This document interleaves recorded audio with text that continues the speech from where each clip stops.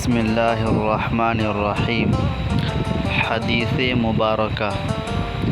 ایک سفر میں جو ہم نے کیا تھا، حضرت صلی اللہ علیہ وسلم ہم سے پیچھے رہ گئے اور آپ صلی اللہ علیہ وسلم ہم سے اس وقت ملے جب عصر کی نماز کا وقت آ پہنچا تھا۔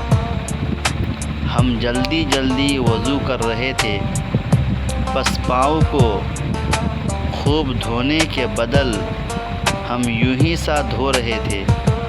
یہ حال دیکھ کر آپ صلی اللہ علیہ وسلم نے بلند آواز سے پکارا، دیکھو ایڑیوں کی خرابی دوزخ سے ہونے والی ہے۔ 2 یا 3 بار آپ صلی اللہ علیہ وسلم نے یوں ہی بلند آواز سے فرمایا۔ یہ حدیث نمبر 60 ہے۔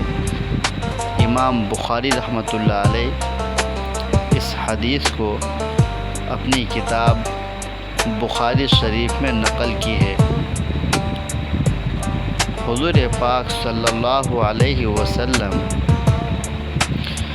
وضو میں سارے کے سارے اعضاء کو اچھے طریقے سے دھونے کا حکم فرمایا کرتے تھے۔ اس حدیث پاک میں حضور صلی اللہ علیہ وسلم پیر کو اور خاص طور پر ایڑیوں کو اچھی طریقے سے دھونے کا حکم فرمایا